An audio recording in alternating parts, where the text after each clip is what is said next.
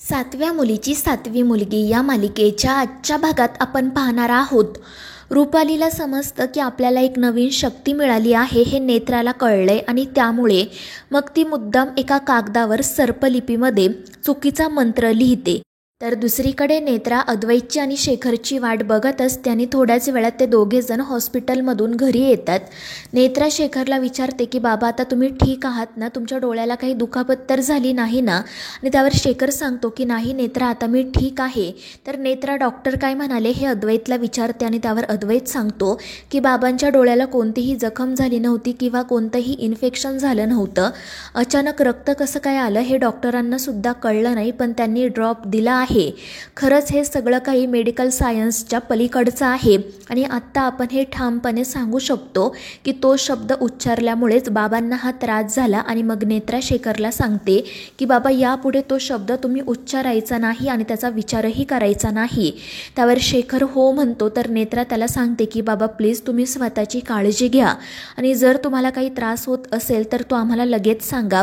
त्यावरही शेखर हो म्हणतो आणि मग त्यानंतर ते सगळेजण तो मंत्र नेमका कशाचा असेल याचाच विचार करतात. दुसरीकडे रुपाली तो कागद खोलीत कुठे लपवायचा याचा विचार करत असते आणि मग ती एका टेबलखाली तो कागद लपवते. मात्र अर्धा कागद ती बाहेर मुद्दाम काढून ठेवते आणि मग जेव्हा तिला शेखरच्या येण्याची चाहूल लागते तेव्हा ती नाटक करत खोलीमध्ये शोधाशोध करायला सुरुवात करते. शेखर तिला विचारतो की काय झालं, काय हवंय का तुला, पण ती नकार देते आणि पटकन तेथून निघून जाते. तर शेखरच्या लक्षात येतं की ही नक्कीच काहीतरी शोधत होती आणि मग रुपाली बाहेर गेली आहे असं समजून तो शोधाशोध करायला सुरुवात करतो आणि रुपालीने मुद्दाम लपवलेला तो कागद त्याला सापडतो. तर रुपाली हे सगळं काही बाहेरून बघत असते आणि शेखरवर हसत असते कारण तिचा प्लॅन सक्सेसफुल झालेला असतो. त्यानंतर मग रात्री शेखर तो कागद नेत्राकडे देतो. मात्र इंद्राणी तिच्याकडून तो कागद घेते आणि स्वतः वाचायला सुरुवात करते, पण सर्पलिपी असल्यामुळे तिलाही वाचता येत नाही.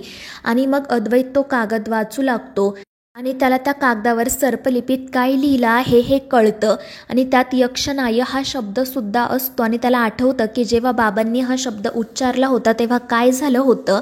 त्यामुळे मग तो नेत्रा आणि इंद्राणीला सांगतो की हा एक मंत्र आहे, पण तो मंत्र मी तुम्हाला कोणालाही सांगू शकत नाही. त्यावर शेखर विचारतो का, यात तो शब्द आहे का, आणि त्यावर अद्वैत हो म्हणतो. त्यामुळे ते तिघेही घाबरतात. नेत्रा तर शेखरला म्हणते की बाबा तुम्ही त्या शब्दाचा विचारही करू नका.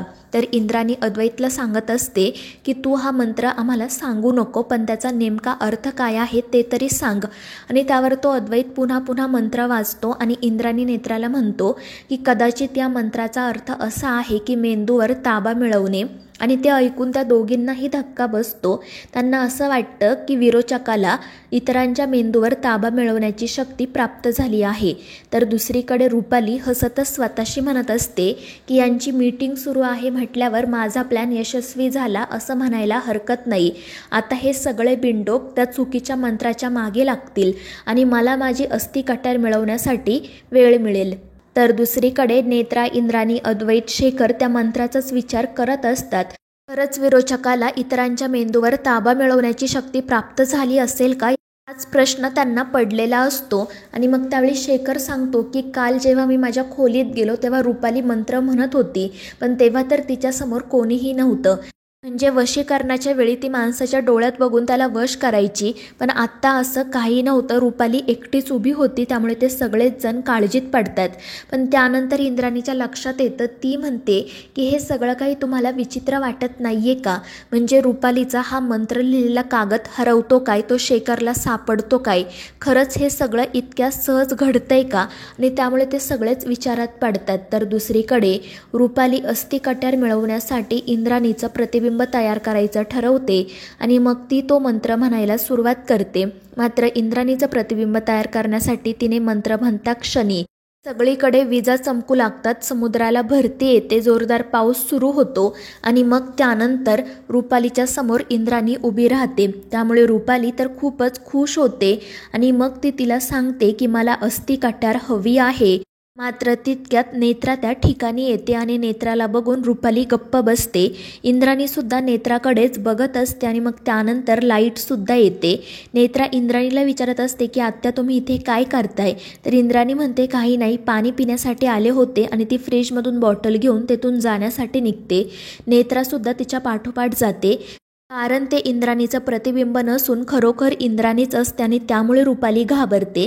त्यानंतर मग नेत्रा इंद्राणीला विचारते की आत्या नेमकं काय सुरू होतं, तो विरोचक काय बोलत होता? आणि त्यावर इंद्राणी तिला सांगते विरोचक माझ्याकडे अस्थि कट्यार मागत होता आणि ते ऐकून नेत्राला धक्काच बसतो.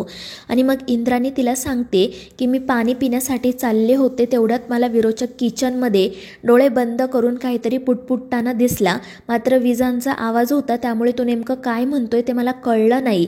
आणि मग मी त्याच्यासमोर जाऊन उभी राहिले तर त्याने सरळ माझ्याकडे ती अस्थि कट्यार मागितली. मात्र मी त्याला काही प्रत्युत्तर केलं नाही आणि त्यामुळे नेत्रा काळजीत पडते. ती म्हणते की खरंच विरोचक तुमच्या मेंदूवर ताबा मिळवण्याचा प्रयत्न करत होता का? त्यावर इंद्राणी म्हणते की काहीच कळत नाहीये, पण कदाचित मी कोणतंही उत्तर न दिल्यामुळे तिला असं वाटलं असेल की तिने माझ्या मेंदूवर ताबा मिळवला आहे आणि म्हणूनच ती माझ्याकडे कट्यार मागत होती. तर दुसरीकडे रुपाली खूप घाबरलेली असते. ती म्हणत असते म्हणजे ते इंद्राणीचं प्रतिबिंब नव्हतं तर स्वतः इंद्राणी होती. आज मी थोडक्यात वाचले, मात्र यापुढे काळजी घ्यावी लागणार. आणि मग त्यानंतर ती आता पुढे काय करायचं याचाच विचार करत असते. दुसरीकडे इंद्राणी अद्वैतकडून त्या मंत्राचा कागद घेते आणि त्याला सांगते की काही झालं तरी हा मंत्र मला वाचावाच लागेल. आणि मग ती त्या मंत्रातील सगळे शब्द वाचते. तिला काही होणार तर नाही ना याचीच सगळ्यांना भीती वाटत असते, पण इंद्राणीला काही होत नाही. त्यामुळे सगळ्यांच्या जीवात जीव येतो.